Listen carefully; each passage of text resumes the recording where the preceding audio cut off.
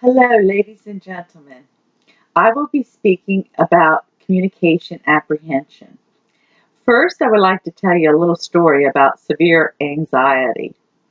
I used to sing as a trio with my two sisters in church quite frequently when I was growing up. And when I was in high school, I invited my boyfriend to one of the services that I would be singing at. So we got up there, my two sisters and I, and we each had a solo to sing on one of the verses. So, when I got to my verse, I opened my mouth and nothing came out. Not even the, anything. So the piano player played the verse again. The same thing happened. I opened my mouth and not a sound would come out. By then, I was so nervous, I was looking for the exit. I was wondering how fast I could get to an exit. So she finished off playing the rest of the song, and I sat down. Well, the good part about it is nobody could say I sang badly because I didn't sing at all. But, I had practice, we had practice and everything, but it was the particular person that I was singing in front of that made me nervous. And the anxiety, my anxiety was just so high that it just took my voice away from me. Well, a professional definition for communication apprehension is the one that James McCraskey gives us. It is an individual's level of fear or anxiety associated with either real or anticipated communication with another person or persons. That's a quote from In Communications for Teachers. I think that a public speaking course is good to offer in the college curriculum.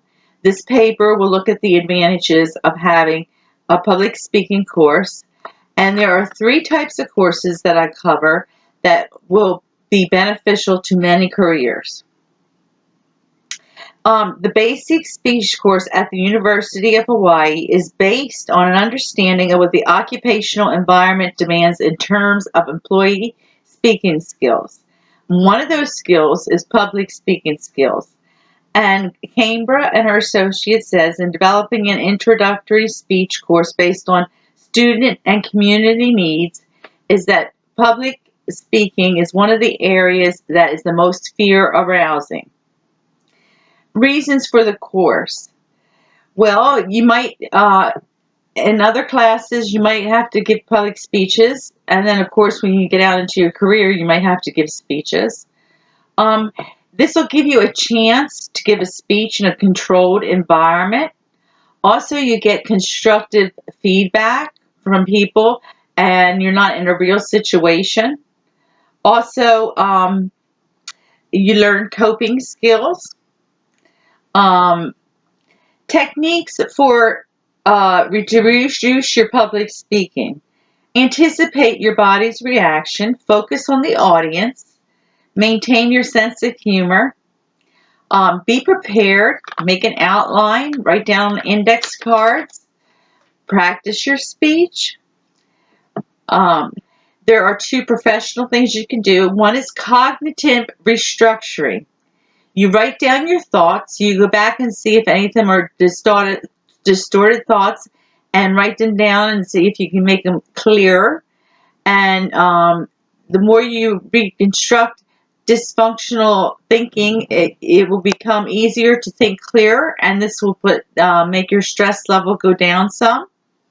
Another thing is systematic desensitization, and this needs to be done with an experienced, trained professional.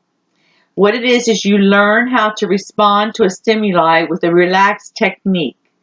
What you start with is a mild phobia stimuli, and you after you learn the techniques, the relaxation technique, you respond to it with that relaxation technique, and you work your way up to a severe phobia, and you use that as a stimuli, and you work it up to a public speaking, and then at the end of the but sometimes it takes weeks to learn this, and so these two methods have to be done by professionals. You may not have time to do them before you give the public speak, so it might not be convenient.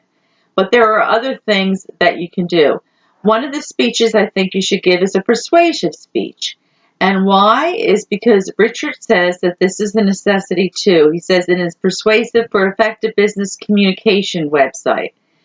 I quote him as saying, persuasive and effective business communications are the foundation of any successful organization, regardless of size, industry, or geography.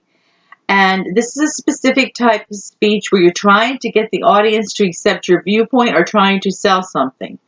Make sure that you have reliable sources. Make sure your evidence proves your point. Have effective examples, and end the speech with a persuasive argument. An easy example of a career that uses persuasion is a salesperson. Another speech is impromptu speech. This is one of the most stressful speeches. And there is another need for impromptu speeches. I quote from Impromptu Speaking from their website. I quote, impromptu speaking has become a norm in today's world and is used in many instances for selection into B schools and for job placements. It's become highly important for people to master impromptu speaking to climb the rungs of the corporate ladder, unquote.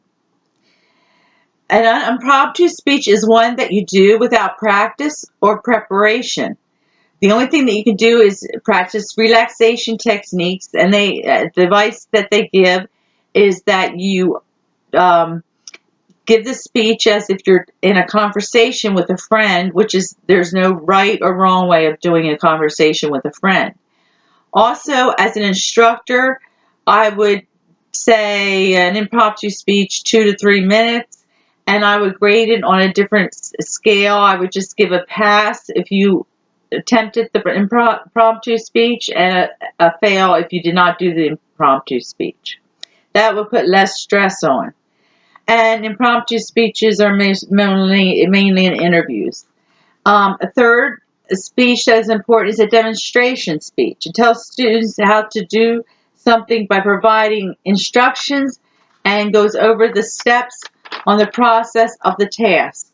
You either show it or tell them that by doing it, or tell them what needs to be done, why it needs to be done, and how it needs to be done. A cake decorating is a career that demonstrates to the learner how to do something. Sometimes this type of a speech uses people and prompts to demonstrate. It is important to know how to demonstrate things properly in the medical field.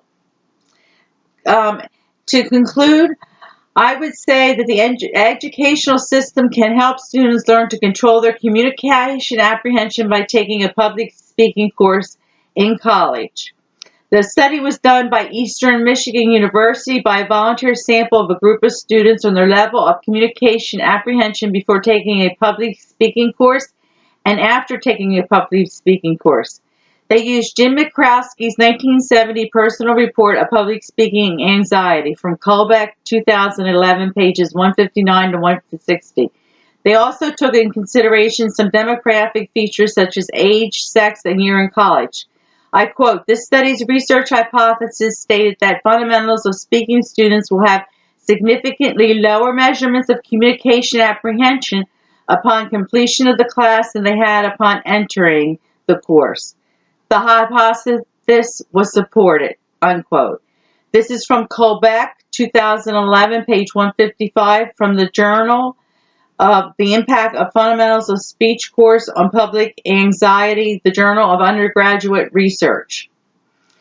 Now, when you go into this, also will help you tremendously to take a public speaking course if you're going into full-time Christian ministry, because most of the teaching, pastoral work, counseling, evangelistic, you're going to know how to properly communicate with other people, either on a like a congregation, a group of people, or even on a one-to-one basis.